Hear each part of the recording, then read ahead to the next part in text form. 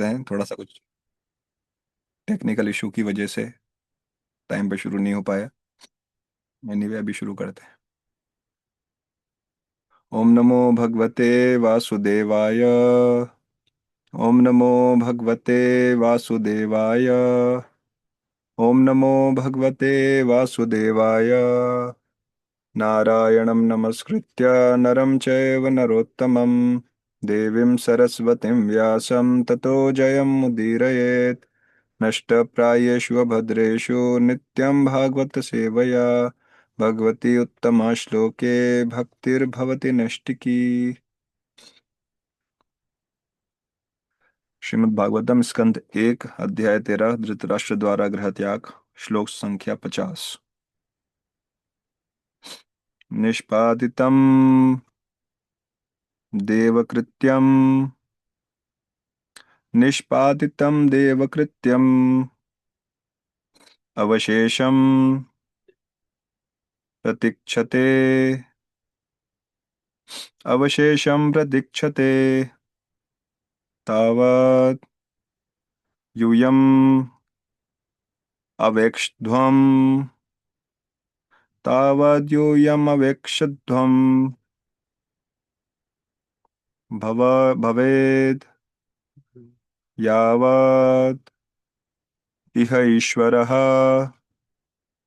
भवेद्यावदिहेश्वर। अच्छा, श्लोक डिस्प्ले नहीं हो पाएगा तो हम ही चैंट कर लेते हैं। अगर किसी के सामने पुस्तक हो तो आप उसमें से पढ़ सकते हैं। निष्पादितं देवकृत्यम् अवशेषं प्रतीक्षते तावद्यूयमवेक्षध्वम् भवेद्यावद् इहेश्वर। निष्पादितं देवकृत्यम् अवशेषं प्रतीक्षते तावद्यूयमवेक्षध्वम् भवेद्यावदिहेश्वर। निष्पादितं देवकृत्यम् अवशेषं प्रतीक्षते तावद्यूयमवेक्षध्वम् भवेद्यावदिहेश्वरः।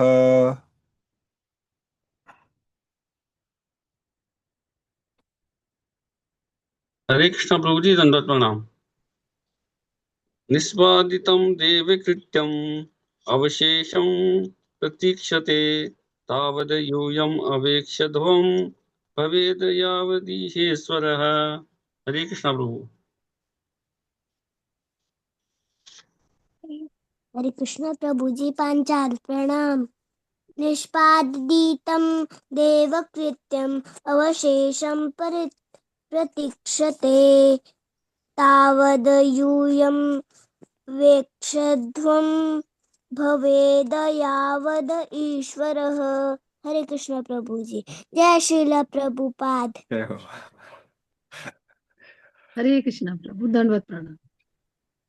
निष्पादितं देवकृत्यम् अवशेषं प्रतीक्षते तावद् यूयम् अवेक्षध्वं भवेद् यावदिहेश्वरः। हरे कृष्ण। शब्दार्थ डिस्प्ले नहीं होगा। निष्पादितम संपन्न देवकृत्यम देवताओं की ओर से जो कुछ होना था। अवशेषम शेष प्रतीक्षते प्रतीक्षित होकर तावत उस समय तक यूयम आप सभी पांडव अवेक्षद्वम देखो तथा प्रतीक्षा करो भवेत हो यावत जब तक यह इस संसार में ईश्वरः परमेश्वर। अनुवाद और तात्पर्य हिज डिवाइन ग्रेस ऐसी भक्ति वेदांत स्वामी श्रील प्रभुपाद के द्वारा जगत गुरु श्रील प्रभुपाद की जय। अनुवाद।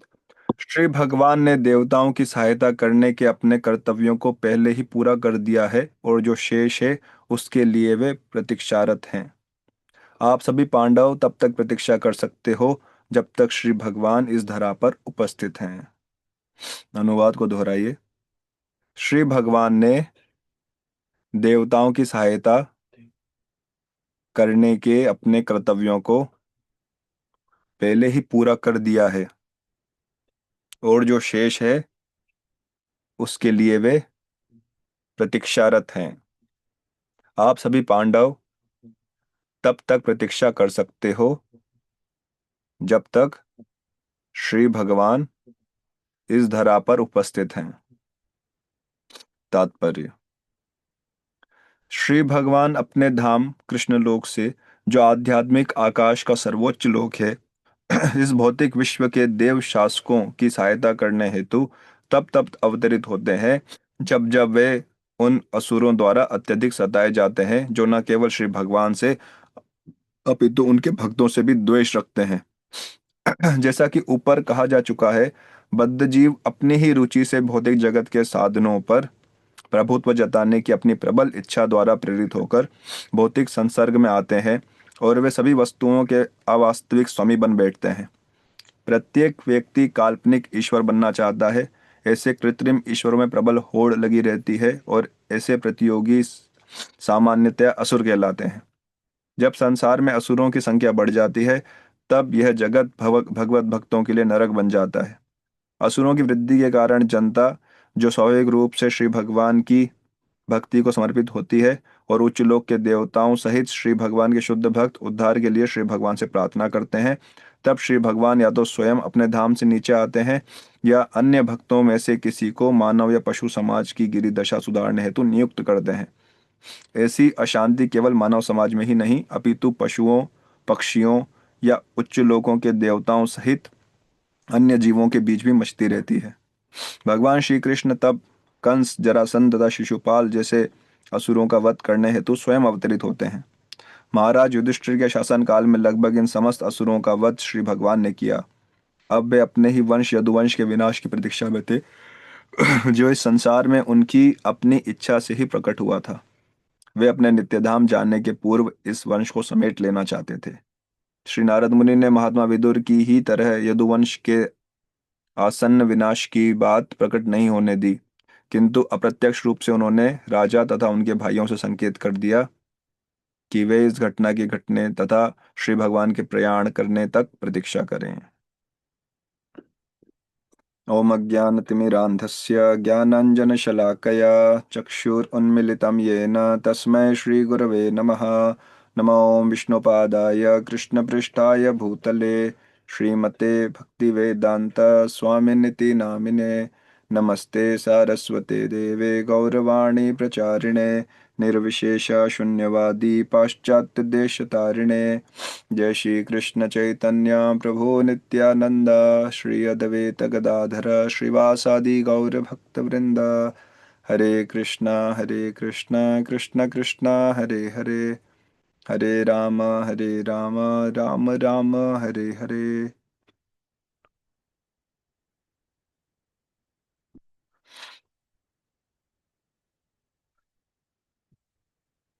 नारद मुनि युधिष्ठिर महाराज को फर्दर इंस्ट्रक्शंस दे रहे हैं, क्योंकि युधिष्ठिर महाराज थोड़े शोक संतप्त हैं।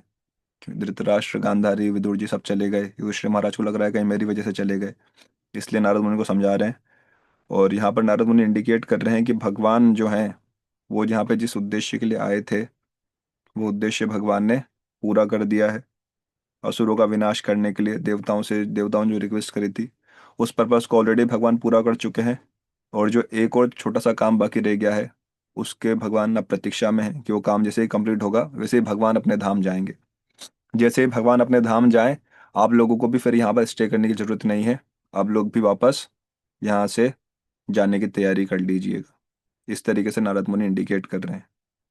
नारद मुनि इंडिकेट कर रहे हैं, हालांकि यह घटना ऑलरेडी घटित हो चुकी है, बट नारद मुनि भी खुद डायरेक्टली नहीं बताना चाहते। जैसे विदुर जी नहीं बताए कि यदुवंश में किस तरह से आपस में ही फाइट होकर सारे यदुवंशी चले गए, क्योंकि विदुर महाराज ने सोचा कि मैं क्यों ये बैड न्यूज़ सुनाऊं। तो इसी तरह नारद मुनि भी डायरेक्टली इस बैड न्यूज़ को नहीं सुनाना चाहते। ये अगले चैप्टर में डिस्क्लोज होगा। युधिष्ठिर महाराज को पता चलता है कि सारे यदुवंशी चले गए हैं, भगवान भी चले गए हैं। तो फिर नारद मुनि बोल रहे हैं कि ऐसा जब हो जाएगा तो आप लोग भी फिर चले जाना, आप लोग भी यहाँ वेट मत करना। तात्पर्य में प्रभुपाद बता रहे हैं कि किस तरीके से भगवान अलग अलग समय पर यहाँ पर अवतार लेते रहते हैं। जब जब सबको पता है, जब जब धर्म की ग्लानि होती है और असुरों का यहाँ पर वर्चस्व बढ़ता रहता है, तो देवता और जो भगवान के भक्त लोग हैं वो थोड़े व्याकुल हो जाते हैं, वो भगवान से प्रार्थना करते हैं। उनको हेल्प करने के लिए भगवान अवतार लेते हैं, उनकी रक्षा करने के लिए। प्रभुपाद और बता रहे हैं कि न केवल मनुष्य समाज में बल्कि दूसरी प्रजातियों में भी, दूसरी योनियों में भी भगवान अलग अलग अवतार लेते रहते हैं। इवन देवताओं के बीच में अ, मत्स्य अवतार, कूर्म अवतार, अलग अलग कम्युनिटीज में वराह अवतार, भगवान अवतार लेते हैं। तो प्रहलाद महाराज बताते हैं अपनी प्रार्थनाओं में एक श्लोक में, इत्थम नृतज्ञ ऋषि देव झषा अवतारेर लोकान विभावयसि हंसि जगत प्रतीपान धर्मम महापुरुषम पासि युगानुवृत्तम छन्नः कलौ यदभवस् प्रयोगो अथ सत्वम। ये वर्ष जो है ये चैतन्य महाप्रभु का प्रिडिक्शन भी है। कि कोई पूछे कि महाप्रभु के बारे में शास्त्रों में कहाँ बताया गया है, तो ये एक श्लोक है जिसमें चैतन्य महाप्रभु के बारे में पहले से बता रखा है कि चैतन्य महाप्रभु का अवतार होता है। तो क्या बताया इसमें, इत्तम नृतज्ञ ऋषि देव झषा अवतारे, भगवान जो अलग अलग योनियों में अवतार लेते हैं। नृ मतलब मनुष्य की योनि में। मनुष्य की योनि में कौन से अवतार हैं भगवान के? जब भगवान कृष्ण बन के आते हैं तो मनुष्य के रूप में आते हैं, राम बन के आते हैं तो मनुष्य के रूप में आते हैं।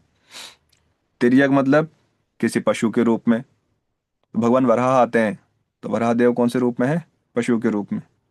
इत्तम नृतज्ञ ऋषि, ऋषि के अवतार में भगवान परशुराम है तो वो ऋषि हैं। ऋषि देव, देवताओं के रूप में भगवान वामन देव हैं। तो वामन देव क्या है? डेमीगॉड्स की कैटेगरी के हैं, देवी देवताओं की कैटेगरी के हैं। झषा, झषा मतलब इवन मछलियों में भगवान मत्स्य आते हैं तो मछलियों के बीच में अवतार लेते हैं। कूर्मा आते हैं तो वो भी एक्वेटिक स्पीशीज में अवतार लेते हैं।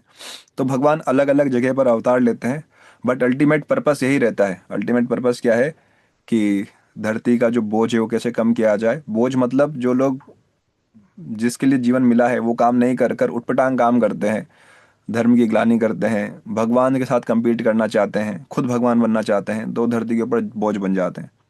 तो उन लोगों की सफाई करना और धर्म की स्थापना करना और जीवों को अट्रैक्ट करना खुद के प्रति, भगवान का पर्पस रहता है कि सारे जो जीव हैं वो किसी ना किसी तरह उनसे अट्रैक्ट हों, उनकी लीलाओं से, और उनके साथ रहने का डिजायर करें, ताकि वो जो हम कंडीशन स्टेट में हैं, भगवान से द्वेष रखकर हम संसार में एंजॉय करना चाह रहे हैं, उससे बाहर निकलकर वापस भगवान के धाम जा सके।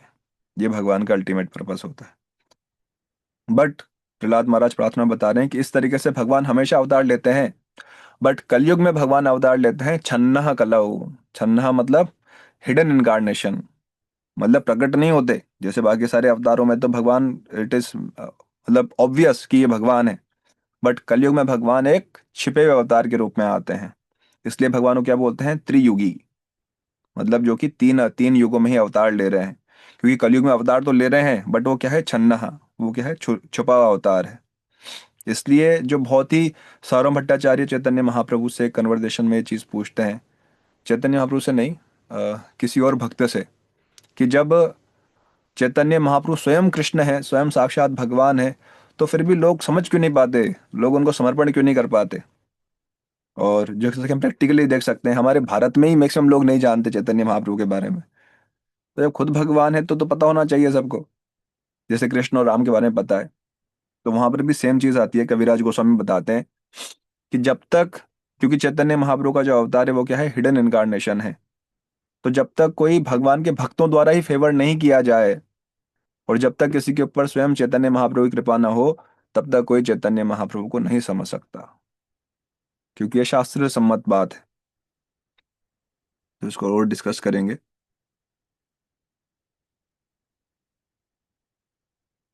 एक और बहुत महत्वपूर्ण जो पॉइंट प्रभुपाद यहाँ बता रहे हैं, कि जो भक्त लोग हैं, जैसा कि ऊपर कहा जा चुका है, बद्ध जीव अपने ही रुचि से भौतिक जगत के साधनों पर प्रभुत्व जताने की अपनी प्रबल इच्छा द्वारा प्रेरित होकर भौतिक संसर्ग में आते हैं। क्यों? क्योंकि हम चाहते हैं भगवान से रिबेल करके, भगवान से हम दुश्मनी करके, द्वेष करके हम यहाँ पर आते हैं।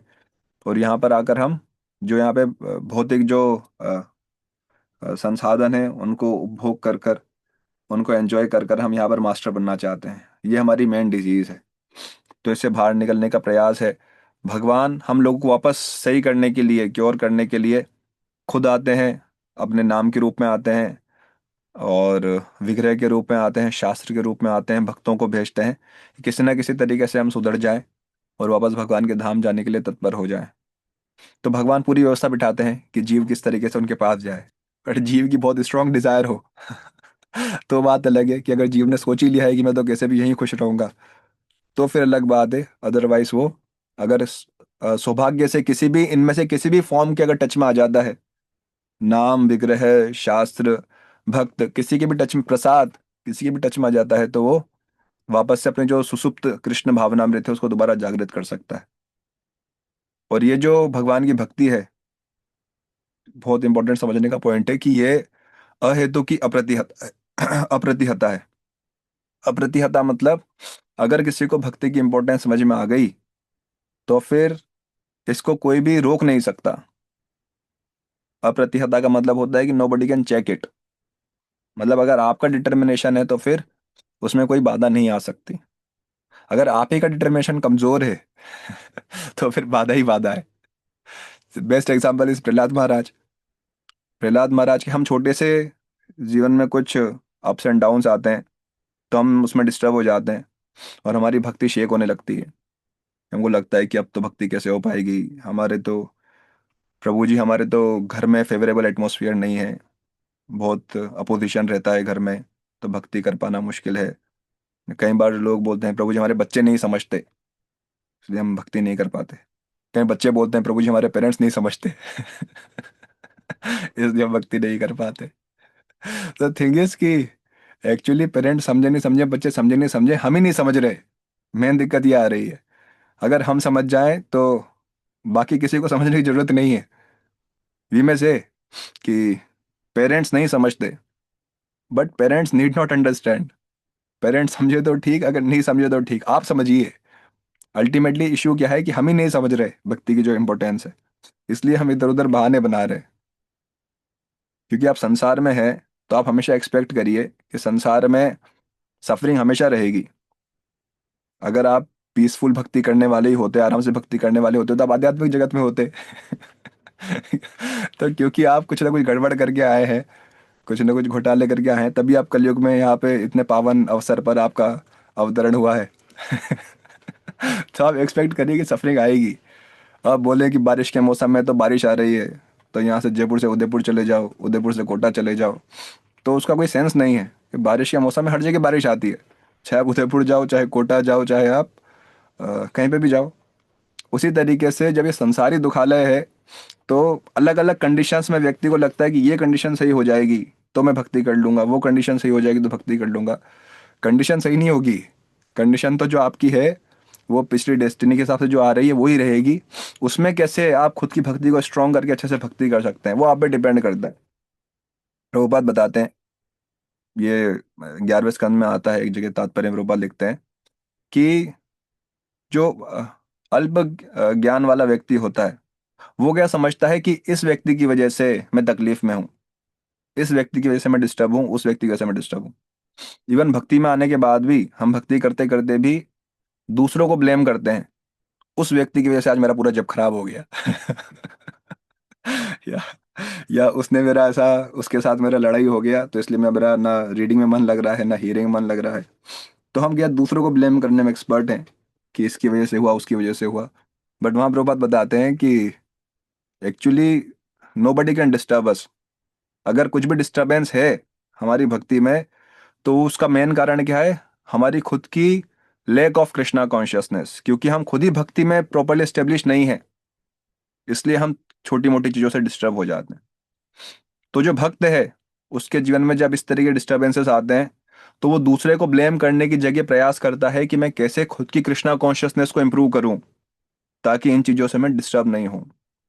ये एक भक्त का एक पैराडाइम, चेतना होती है। जनरली हम क्या करते हैं, ये बहुत बहुत इंपॉर्टेंट पॉइंट है, बहुत इंटरेस्टिंग पॉइंट है, आप इस पर विचार करिए।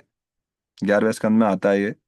दूसरे को ब्लेम करने की जगह कि उसकी वजह से मेरी चेतना खराब हो गई आज, ये बहुत प्रैक्टिकल होता है। कई बार आप जब करने लग रहे हैं, एकदम से उससे पहले किसी से लड़ाई हो गई, किसी से कुछ quarrel हो गई, तो हो गया पूरा जब बराबर हो गया।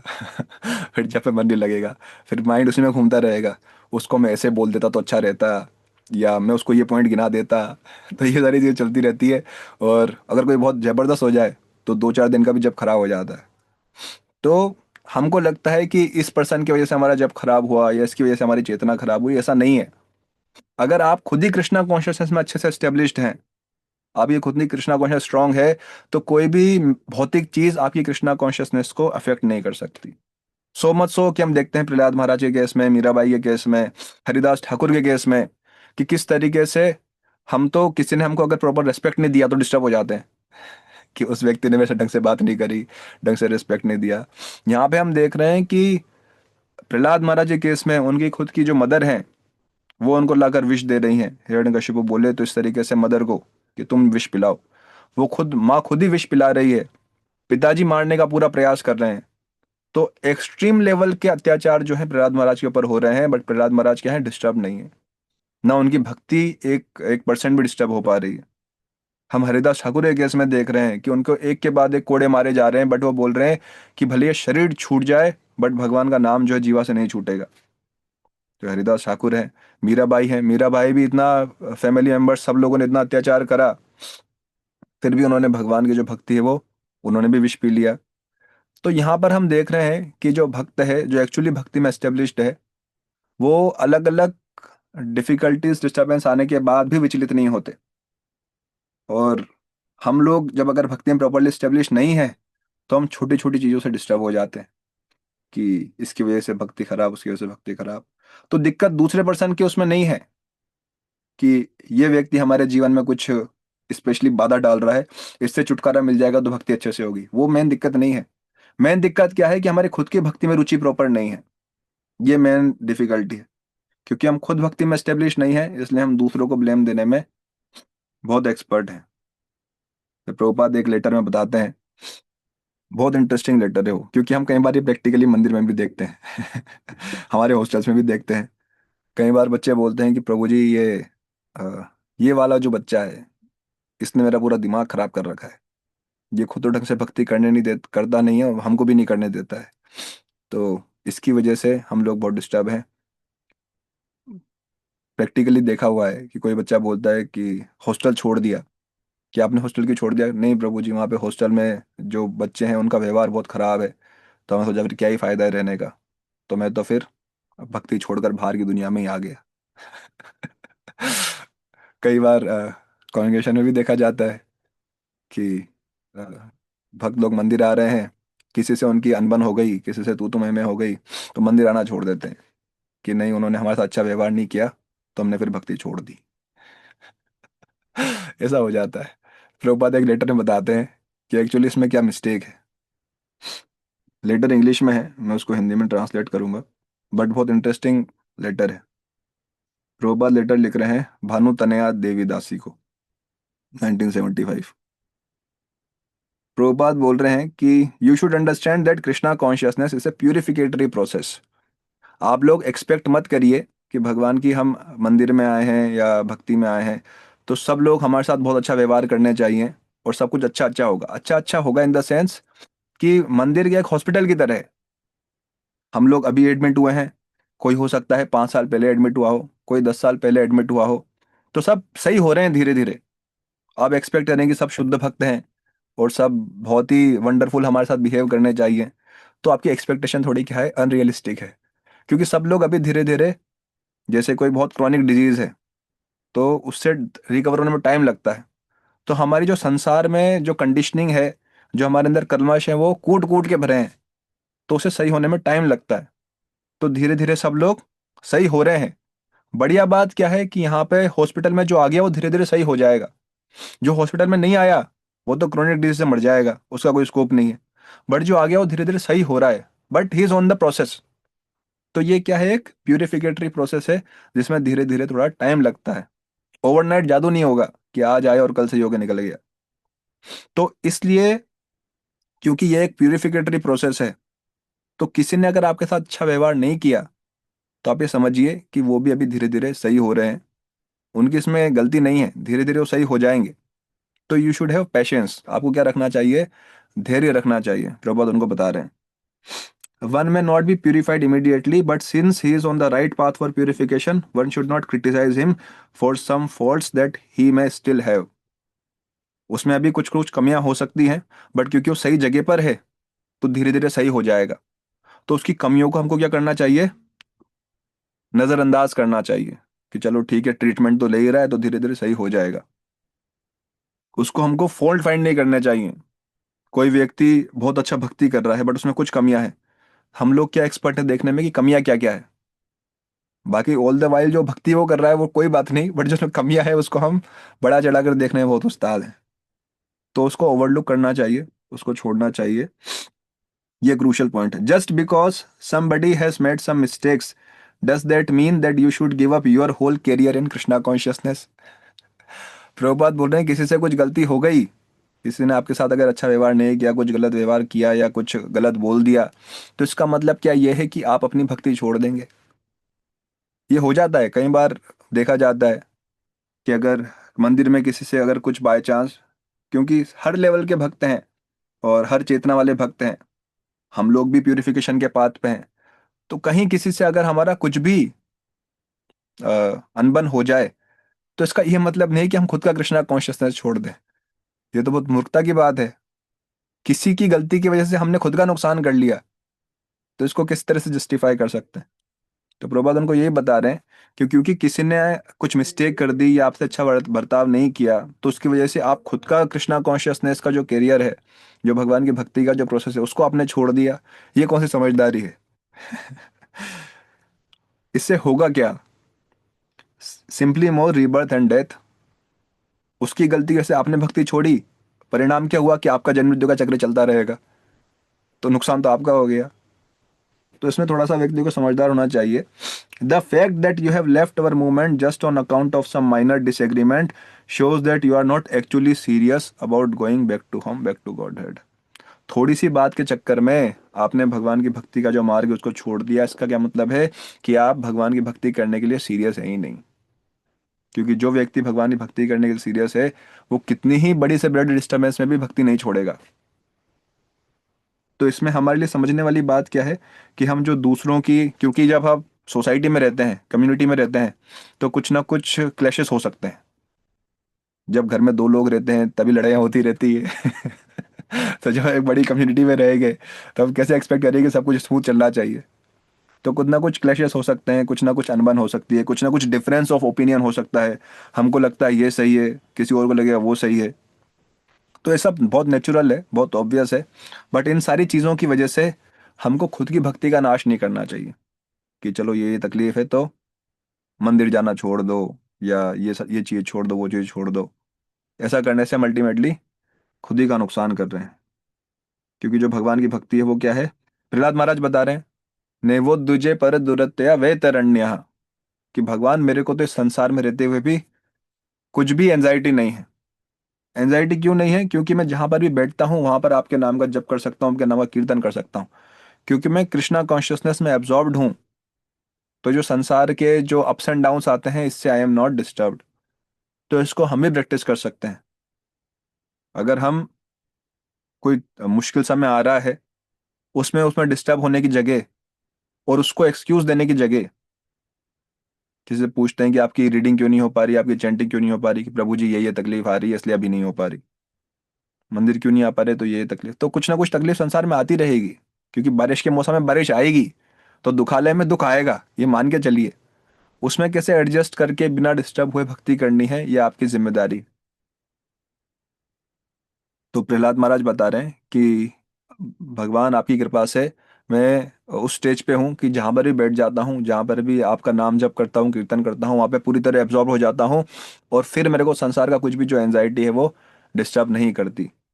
तो ये प्लेटफॉर्म हम भी अटेंड कर सकते हैं। रादर भगवान बोल रहे हैं भगवद गीता में ही, यस्माद न द्विजते लोको लोकान न द्विजते च यः, हर्ष अमर्ष भयोद्वेगैर यो मद भक्तः समय प्रियः।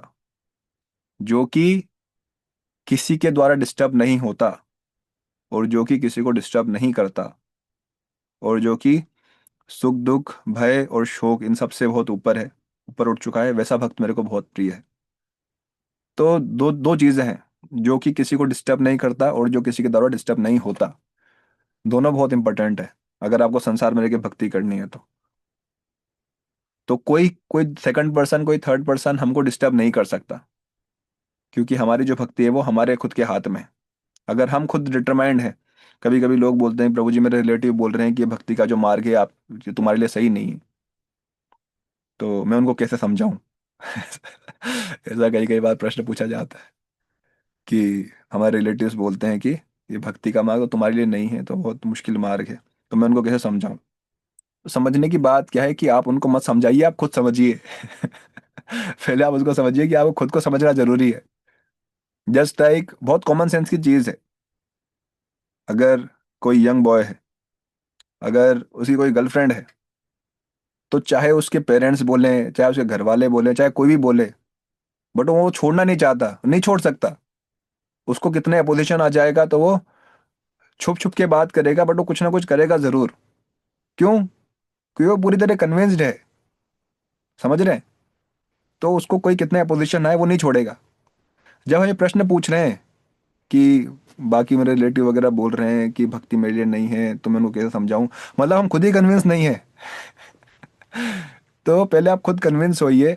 जिस तरह व्यक्ति किसी रिलेटिव के बोलने पर, अगर किसी रिलेशन में है तो रिलेशन को नहीं छोड़ सकता, रिलेटिव को छोड़ देगा। कि वो आप रिलेटिव बोलेंगे कि उस लड़की को छोड़ दो, तो लड़की को छोड़ने की जगह रिलेटिव को छोड़ देगा, बट उसको नहीं छोड़ेगा। उसी तरीके से अगर हम कन्विंस्ड हैं भक्ति को लेकर, भक्ति के बारे में, तो फिर कोई ऑब्स्टेकल है ही नहीं।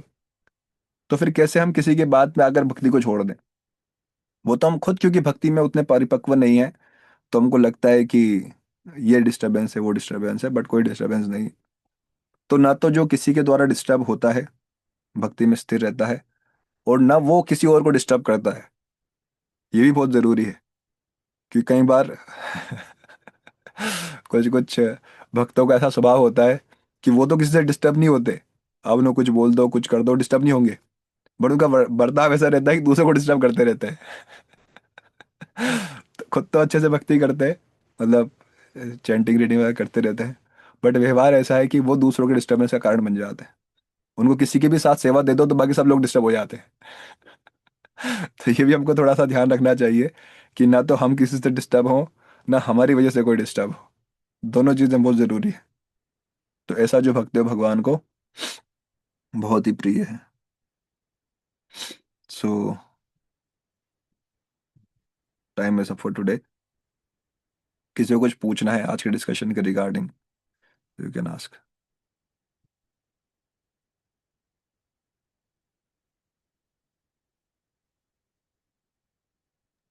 हरे कृष्ण प्रभु जी, दंडवत प्रणाम।